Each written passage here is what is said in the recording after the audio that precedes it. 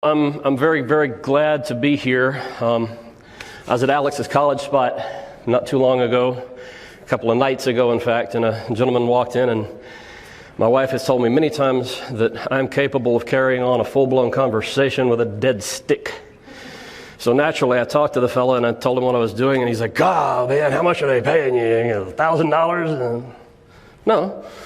The dean put me up in the hotel, and I get to come back and hang out with my old professors and have some meals with them. And because of the nature of the university that you guys are in, you may not realize it yet, but this school will take care of you for the rest of your careers in a lot of ways.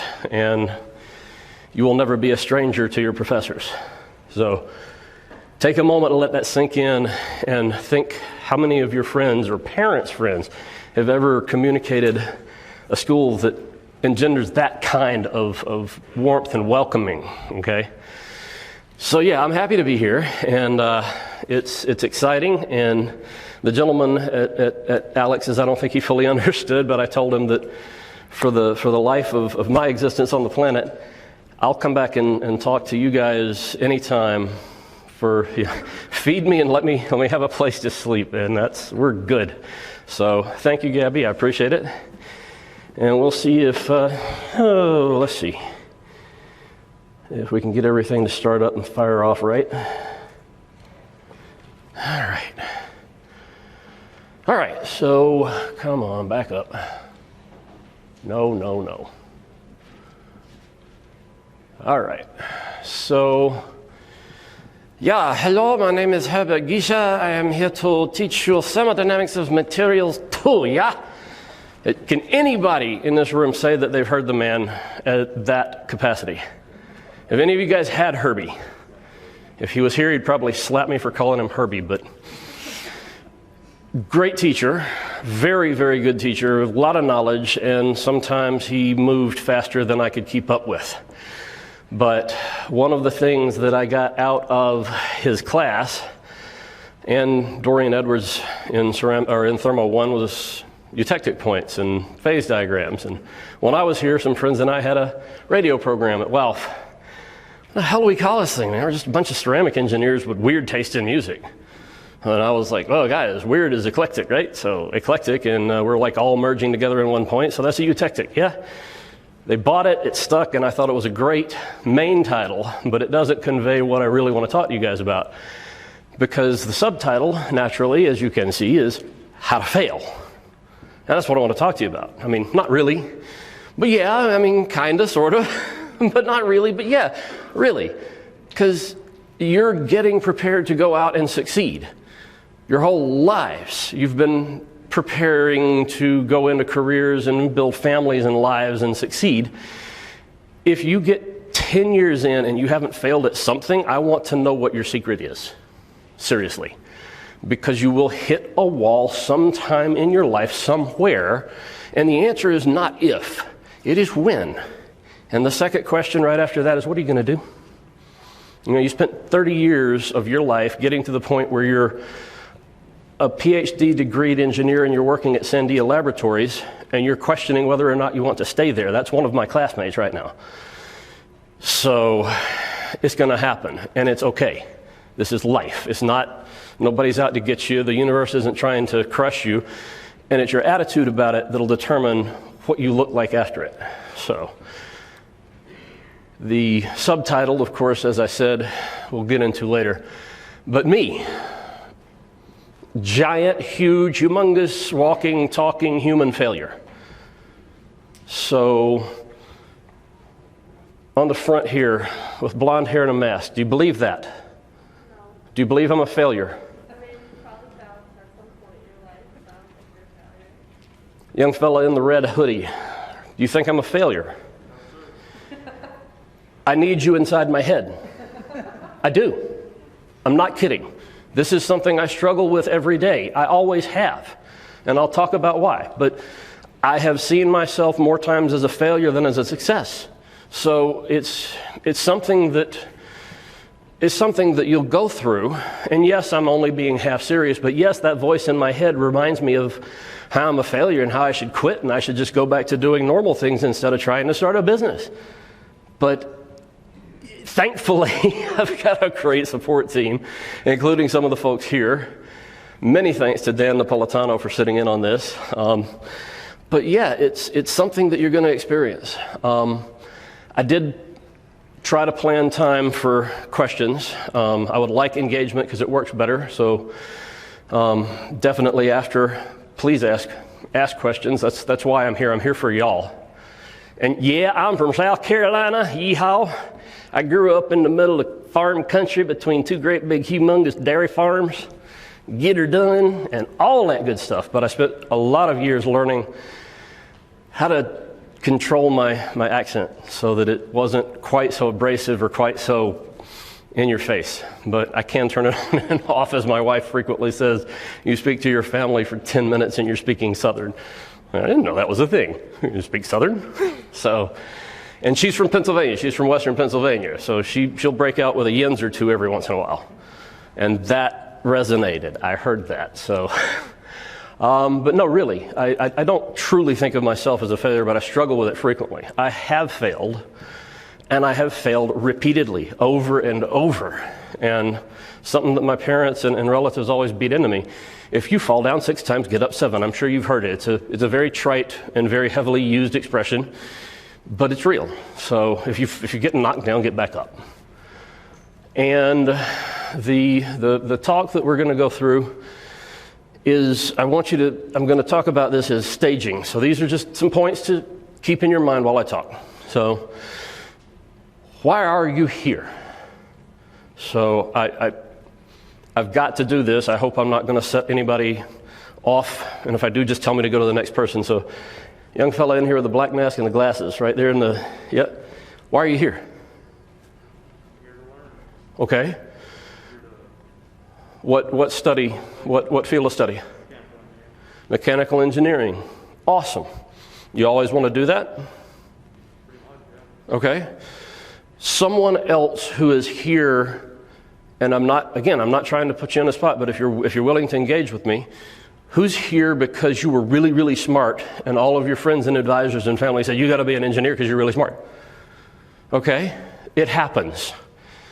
And I will talk to you about some people I know who did that and are questioning whether it was the right choice. It's okay, Don't let someone get you at 30 years old or 40 years old and say, but you spent 20 years in this field, you invested so much, you have to continue until you retire. No, you do not have to retire. You do not have to retire doing something that you hate, that makes you miserable, because you have things that are way more important than a job that will have your position posted before your obituary hits the newspapers. The people who love you, who care about you, you owe them. So think about it. Now, I'm not going to say if you're super driven and your passion is your work, do it, okay? But just be aware, if you've included people in your personal life, you owe them too. So, but your destination, you're investing in this. This is an investment, yeah. It's not just money that you or your parents or your benefactors who have funded your scholarships are spending. It's 4 years plus, potentially, of your life that is an opportunity cost. So what you're going to do with the investment when you're done. So think about it. Again, staging. And then what's your end game? What do you want to do? How long do you want to work? What do you want to do at the end of that? Do you want to retire? Do you want a second career? Do you want to cruise the world with your family and show them all the sights? What's your goals? These are important questions, and if you haven't asked yourselves this or allowed yourself to daydream on it, do it. It's fantastic. And you may find that you want to transfer to a different college or to a different major or a different specialty within your major, and that's okay too. But reality is, and reality can kind of suck, but reality is one of the things. So who in here is familiar with Frank Herbert?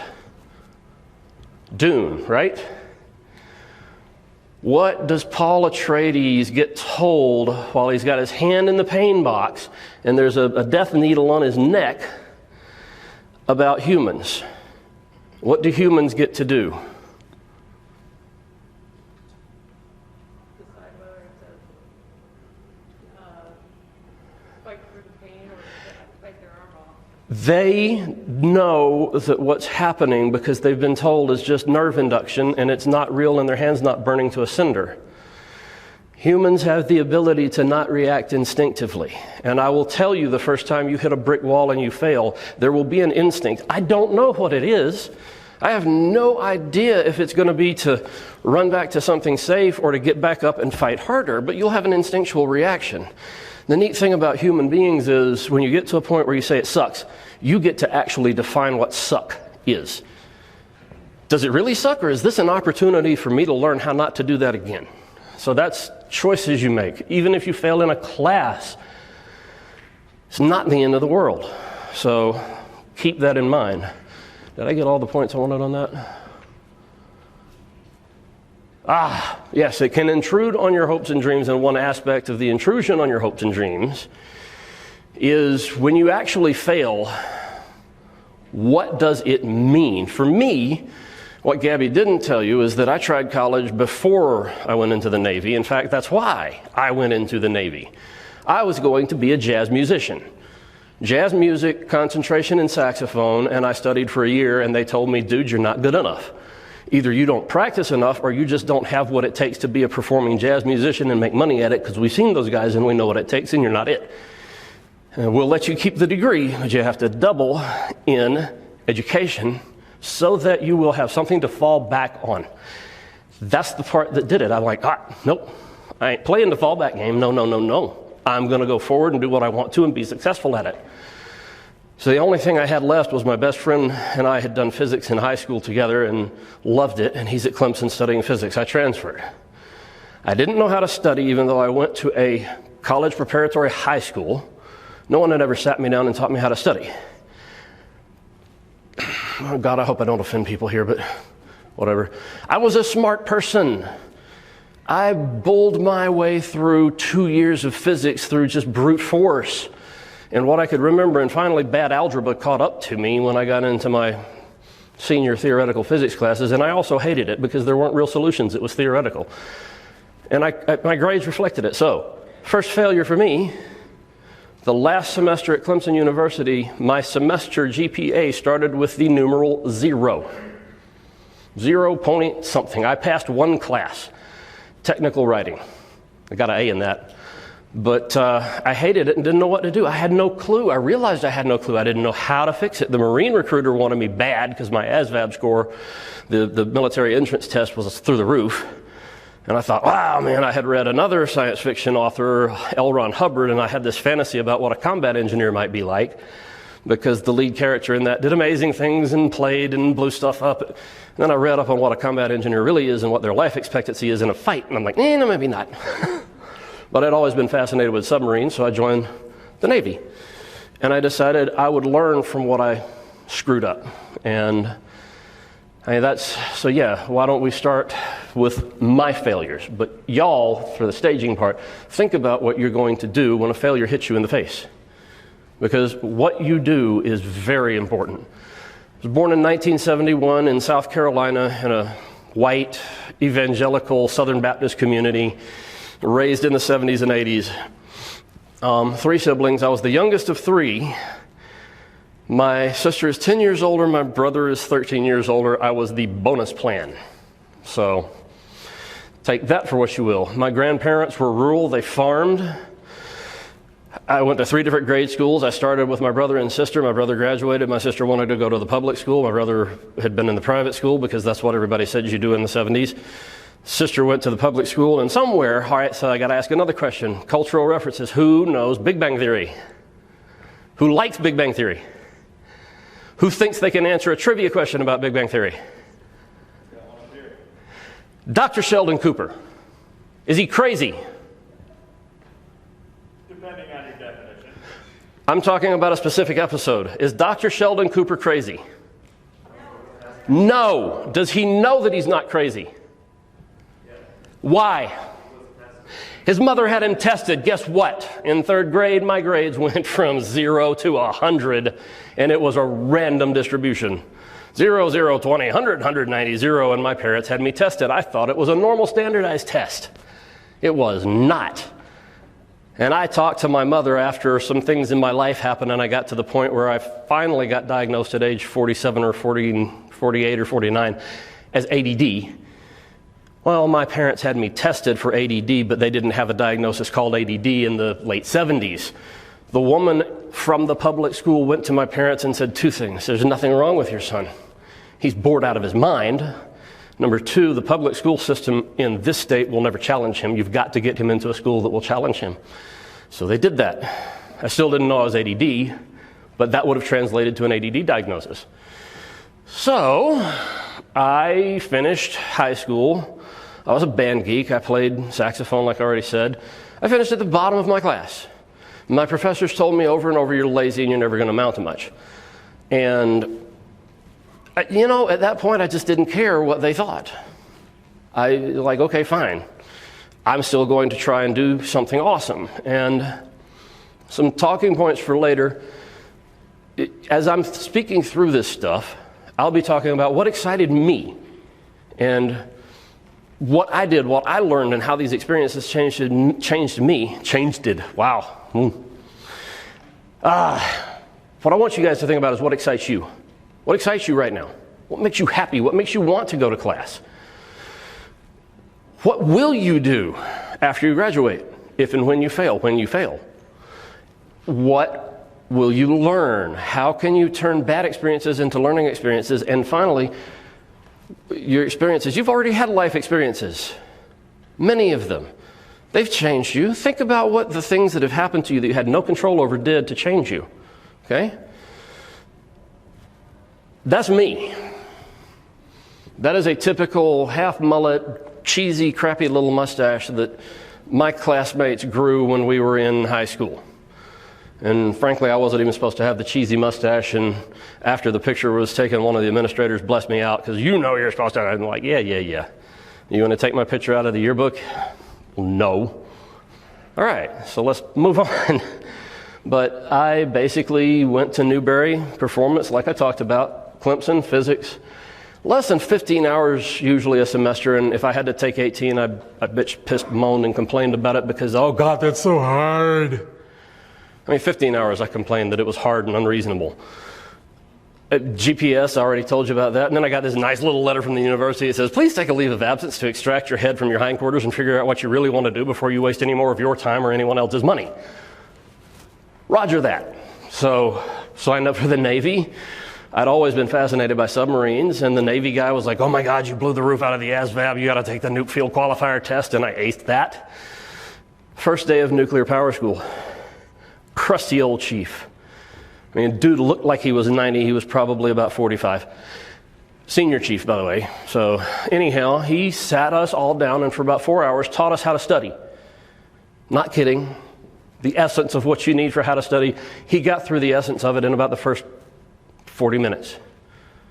I never had anybody tell me how to study. I never had anybody tell me the right way to take notes. And so I'm like, this is my last chance. I had worked construction. I knew what that was like. I fully knew that without a degree or some kind of a trade certification that, the opportunities are slim, and the healthcare plans and benefits and everything like that are non-existent and awful. So I knuckled down. Now I had a purpose, and it was to make it through nuclear power school.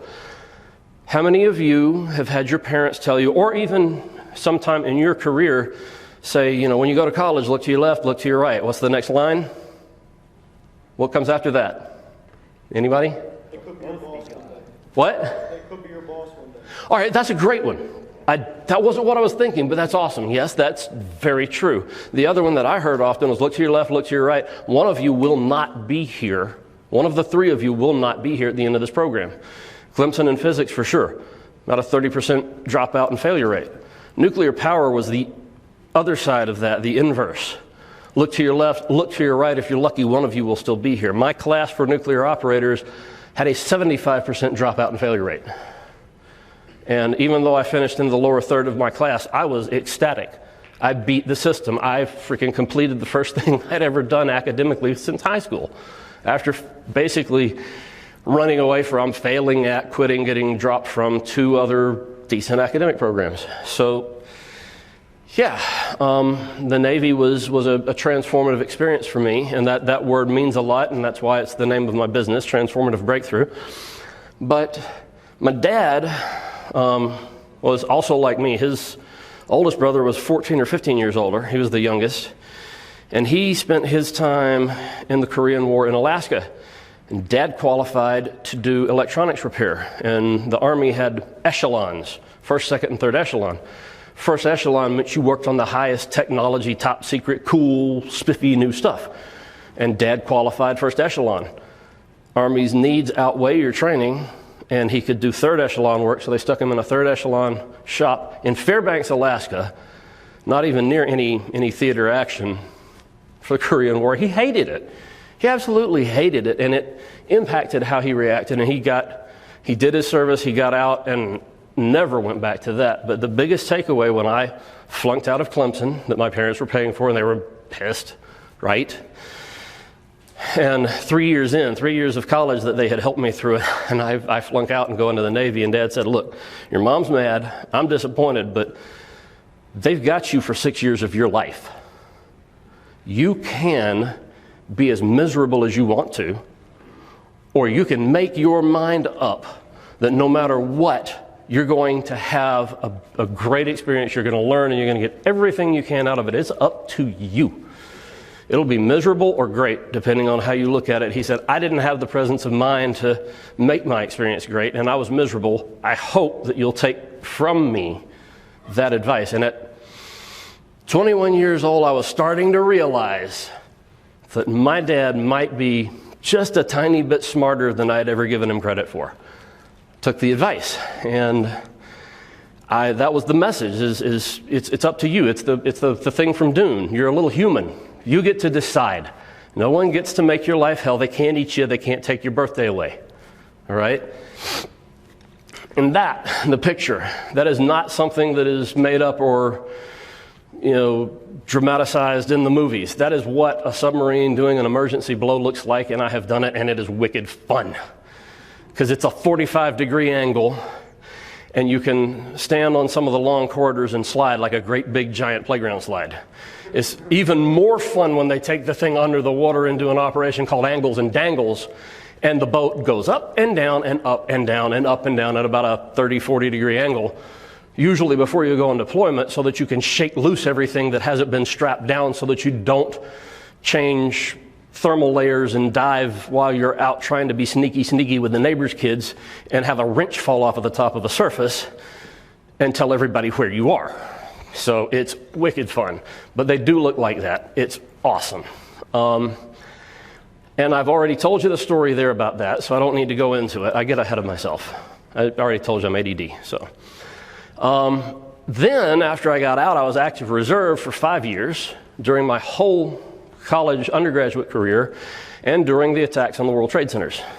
And somehow my reserve center decided it was better for me to be at my reserve center than to go to Italy with the rest of the units from the reserve center, because I taught them CPR and I maintained several very important programs for the reserve center.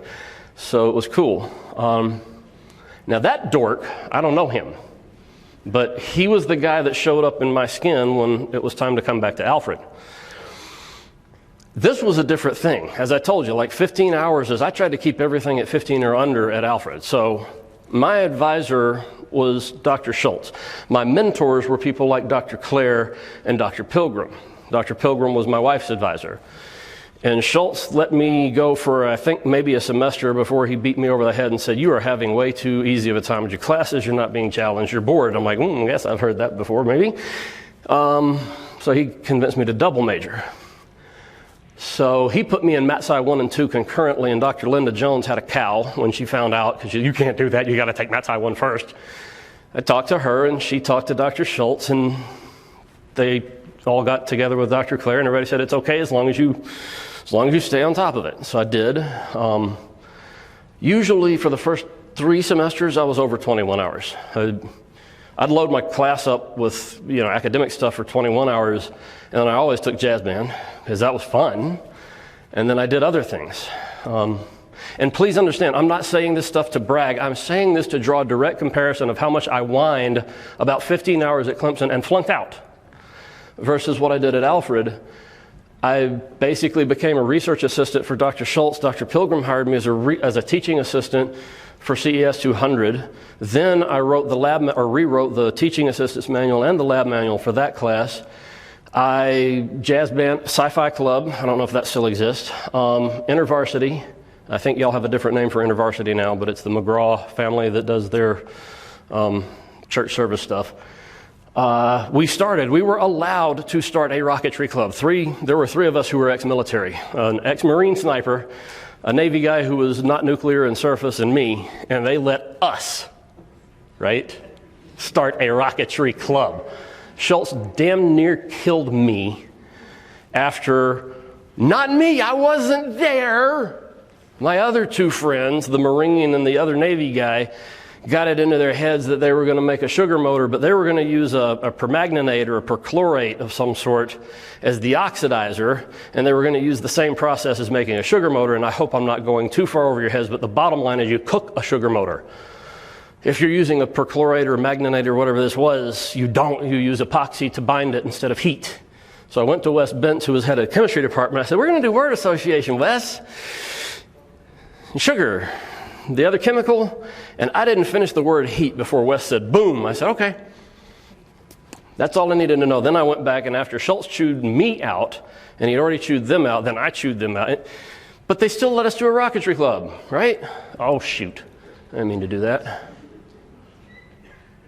Yeah, okay. I can't control this thing. So yeah, we did that. I was on the rescue squad when the school still had a rescue squad. I was co-captain of the rescue squad. I worked for Residence Life. I was a U.S. Navy reservist. I had a radio show, and I still had time for a lot of amazingly fun stuff. I finished here with a 3.4 and patted myself on the back because holy crap, right? This is how different my life was after I failed a few times. Failure is not the end. It's what you do after you fail. I'm going to say that over and over because repetition is worth, doing for certain important things. Final G, yeah. The lots of stuff, that little ellipsis of exclamation marks, part of the lots of stuff was unexpected. I left the Navy, and I got to tell you, I got no pride to worry about, really. I tried my whole life to get a girlfriend. I was a geek and a nerd. Band geeks don't really get girlfriends unless the girlfriends are band geeks, and I was the geekiest of the band geeks, so the band geeks that had girlfriends, they were better than me. So, and then I tried, and I asked relatives, pray for me that I find a woman, because that's what you do if you're Southern. You got to find a nice woman and marry and settle down. By the time I was done with the Navy, I had seen that whole dichotomy of 30 to 70%, well, it was 70% almost divorce rate on my submarine. I was on an attack submarine. Our schedule was unpredictable, and we went wherever the Navy said. So I didn't want that. I was done with women, and that's what I said. I have sworn off of women. I came to Alfred, and very first day of classes, who remembers Dr. Johnson? Paul Johnson? I know Steve does. So Paul Johnson taught engineering communication, the first class of your first semester at Alfred. And on that first class, I met her, who never made less than a 4.0 from everything from 6th grade all the way through our master's degrees. She was intimidating as hell. I didn't even want to talk to her. I thought, she's not going to want to see a has-been, almost 30-year-old washed-up Navy dude who's coming back to school to try and redeem himself from flunking out of college. But I went into Doc Johnson's class. I sat on the front row, and I answered every question the man ever asked. And for some reason, she found that intriguing. Anyway, old saying, I don't know if it's still around today, but when you stop looking is when you're going to find. And I'm sure some of you, at least some of your parents or grandparents, have told you that. And it's weird, it's cheesy, it's cliche, it's true. And We dated from the end of the first year, second semester, until we got engaged the next year, and we got married right before we left to go to graduate school. So finished winter of '03, got married January 3rd, 2004, took a 1-week honeymoon in New Hampshire where we skied some and enjoyed the snow because we're crazy and like cold stuff. And I showed up at North Carolina State. We both showed up at North Carolina State for our master's degrees. We didn't even have a place to stay. I crashed at one of my best friend's houses that lived there, and we stayed with him for a couple of weeks while we found an apartment and went to class the next day. We hadn't even registered. We had to register on the fly. I highly recommend that. It is an exhilarating experience. Air Force project. I had a super cool Air Force project, and here's another failure. So the people who flunked it first, Dr. Pilgrim's alums at Penn State, they tried a new technology to come up with a strain sensor that's mounted on a flexible surface. The Air Force wanted it for morphing wing technology. And they went with cantilever beam technology that we're just going to take it from macro to micro in one full step, and didn't stop to consider going in between, and it didn't work.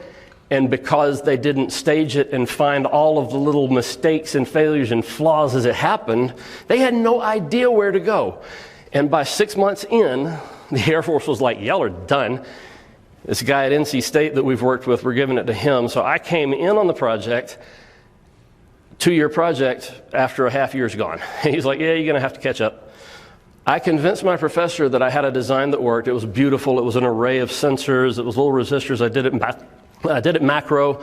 Then I pulled it down smaller, and I did my first test on the small sample.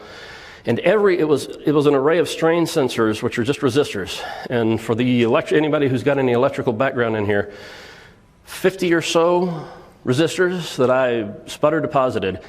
And after the first 20 measurements, I knew I'd screwed up.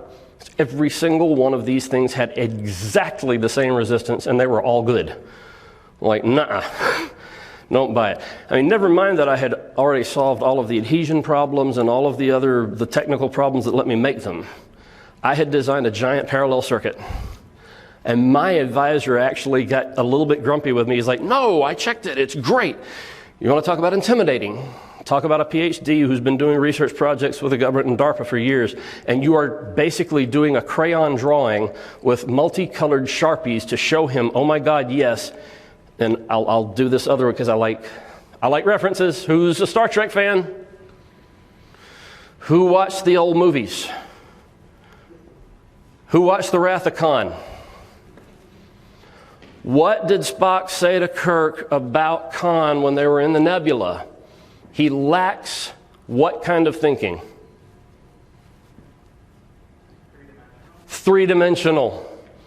And that was the problem with it was multiple layers, and I had sensors literally stacked on top of sensors, and I had missed something fundamental, and I sold it so doggone well to my advisor, he wouldn't let me go back and tell him that I had screwed up. So I had to draw it in bright red, yellow, or red, blue, and green colors.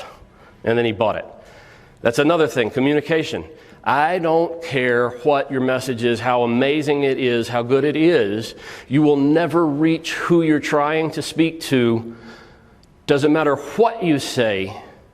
You won't get it through to them unless you say it to them in a way they will receive it. So think about that. So we got through all of that. We graduated. And then I got into my professional career. Oh boy. And honestly, the first several years of my professional career, the only daggone thing I cared about, I worked for a nuclear power plant. I had every other Friday off, and in the winter, I was at the mountain skiing. That was my thing. We were dual income engineers with no kids. I played. Senior systems engineer to commercial plant manufacturing manager, then I got to be hired as a production manager. I became an engineering and R&D team member, and then I got recruited to go do engineering manager stuff. Here's what I want you to take away from this bit. Every single time I left a job, except once, and it was changing jobs within the same company. The first change I made because I thought there was a cool thing I was going to do. I was going to learn Six Sigma and become the Six Sigma performance improvement expert. And all of my engineer buddies said, it's a trap. Admiral Akbar, baby. And if you don't get the reference, I won't hold it against you. But like, they're just going to corner you in this, and you're filling a slot. You're not going to get to do real improvement because it's nuclear. Anything we change has to go through a government approval process. It's federal law. So forget it. And I didn't believe them. And they were right. Every other one of those changes, including the last one, including jumping ship to start my own business, felt like a huge, colossal failure because it felt like I was running away from a situation that I could not change. And it took my wife years to convince me it's not a failure to leave an organization that does not want to listen to what you have to say. It is making a smart choice for your mental health and well-being. And so I just kept doing it. I'm like, well, maybe it is me because this happened 3 times now. And she is like, no. It's not. So I believed her. But at that point in my life, my sister-in-law, who was closer to us than my own sister, had just lost a 13-year-long battle with cancer. I had only been able to come back home to South Carolina for about 1.5 years before she died. And then about 2 years after that, my dad got a lymphoma on his kidney that took him out in about 3 months. And we thought Dad was going to be with us into his hundreds. We still have Mom. And then I got into a situation at an engineering job where I've got 8 grown adult engineers working for me, one of whom has a daughter who's a single mom. And this guy, the granddad, is more of a dad to his grandson than the kid's own father. And our plant was suffering. They walked the director of ops out bright and early on a Monday morning without so much as a buy your leave. And they came to me and they said, look, we want to consider, or my boss, the new director of ops, came in and said, I'd like you to consider putting your engineers on split shift. And I knew exactly why. I called him on it. I said, you want to turn my engineers into cops because operations isn't doing their job. And he denied it, but right after Christmas, he came in and blessed us all out, said that if he could get away with it, he'd replace every one of us because we're useless and we're not doing what he wants. And he turned from this great, all the great principles of leadership that he espoused when he got there to this guy who thumped his fist on the table. And he came to my office right after. He said, I asked you to consider it before. I'm telling you, put them on split shifts. I said, I ain't gonna do it. He's like, excuse me? I said, you can write me up for insubordination right now. I will not put them on split shifts. I told him about the guy. Like, if you don't know one of our employees, this is his situation. He said, I don't care. I said, I'm still not doing it. I will fire you, and I will replace you with somebody who will. I knew his boss. His boss is an ex-Navy guy. I knew that would never happen. So I was a little cheeky, and I said, I dare you, go do it. I will call so-and-so right now. You want me to call him? And that took him aback, and he backed off, but he made my life hell so much that I went home to a 2-year-old redhead. And yes, if you're doing math and keeping up, I had my first child when I was 36-ish, and my wife was when I was 46-ish, and my wife was 35-ish. Yeah. And I barked at that little 2-year-old for no worse sin than being a 2-year-old. And it wasn't nasty. It was just she was misbehaving at supper time. And I went, rah, rah, rah, rah, why can't you ever act right? Rah. And I stopped myself. It's like, oh, my God, what the hell am I doing? This crap is coming from work to home with me, and it's got to stop. And my wife convinced me to do this instead, to coach, consult, and help people and share my experiences so that some of the mistakes I've made you don't have to go through. God, I hope I'm not running out of time. We're getting close. So, going to go through a few failures real quick. Who knows who this is? Not the professors, students. Who knows who this is? All right, Harlan. We'll just call him Harlan for a second. Dad dies when he's 5, abusive stepdad, high school dropout, marries, had 3 kids, the wife divorced, took the kids. He remarries, multiple jobs at age 40, he buys a service station. And at age 65, he retires. After he retired, he didn't have enough money coming in. He contemplated suicide. The popular story is he tried to commit suicide. That's never been verified, but based on a letter he wrote, he contemplated it, changed his mind. He'd been cooking chicken in his service station for years, took it on the road, tried to sell the recipe or some aspect of it. According to him, he had 1,009 no's before he sold the first one. Now, do you think you know who it is?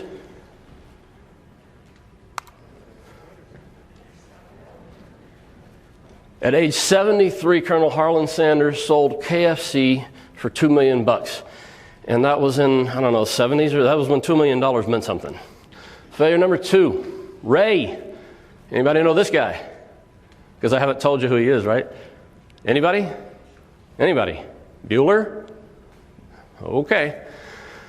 Dad lost everything in a market crash in 1929. He was a salesman. He sold all kinds of junk, tried to sell. He was decent, but he never felt successful. He's like me. He always felt like he was failing.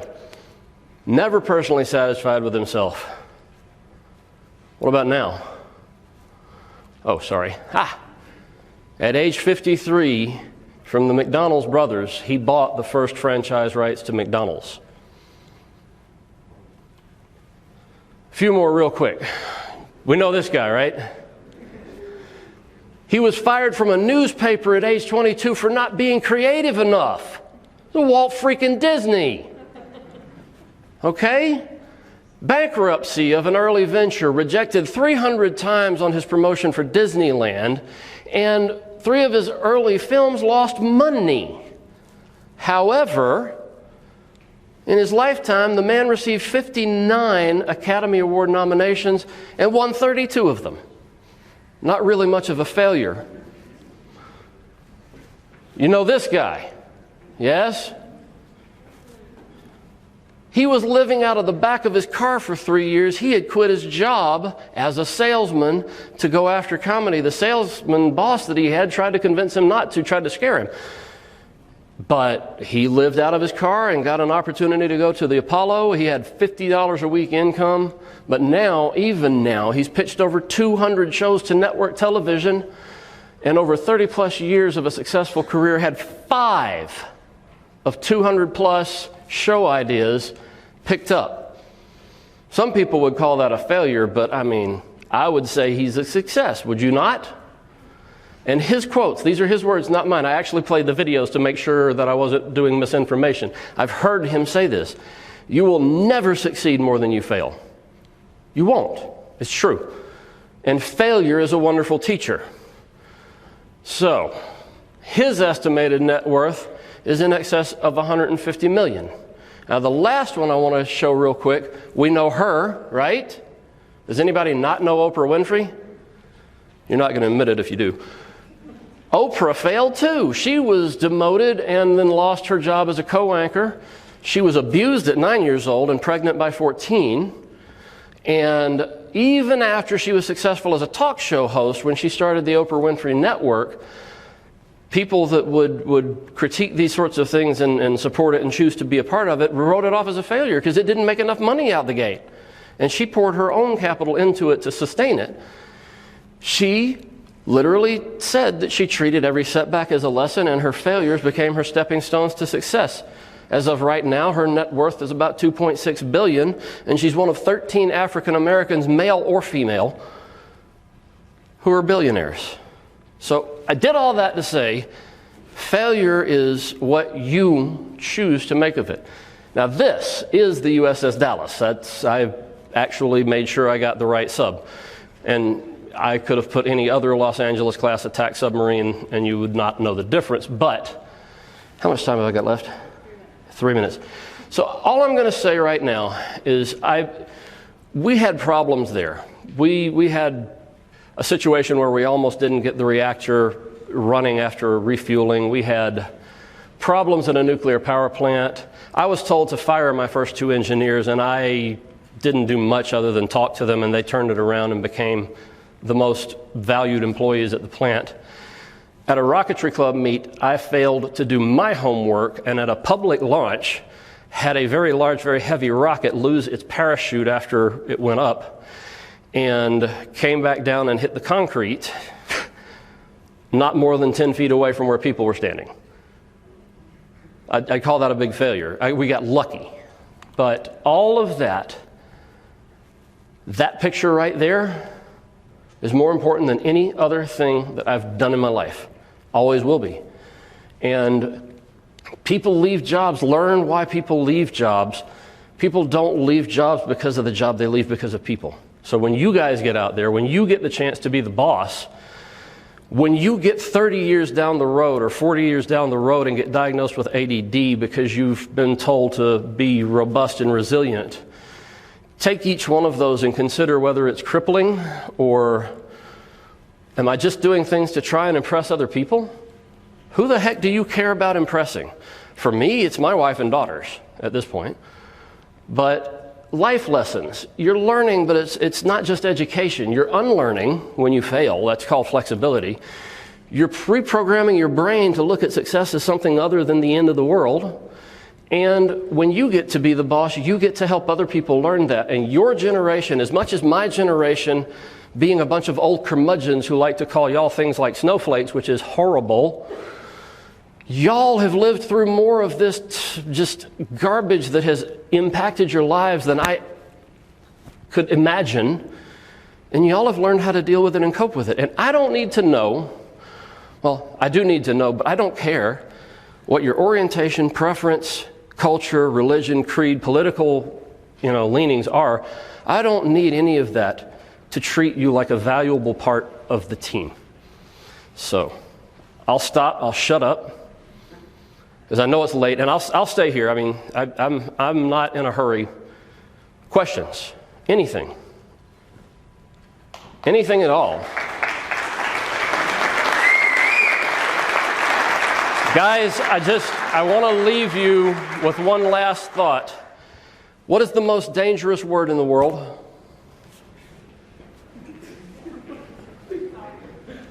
I'm not talking about just professionally. I'm talking about in your personal life, everywhere. What's the most dangerous word in the world? Can't's bad. It's not the worst. Sorry is actually a good word, as long as you don't have to. Anybody? Should. When you are thinking about, when someone else tells you should, process it. But when you are thinking about telling your spouse or your child or someone who works for you, you should have. Really? Why? Where is it written down that they should have? Make sure that before you start saying should, even inside your head, in your own voice to yourself, I should have stayed with engineering, or I should keep doing this thing that I hate that's killing me. Ask yourself, why should I? And should I really?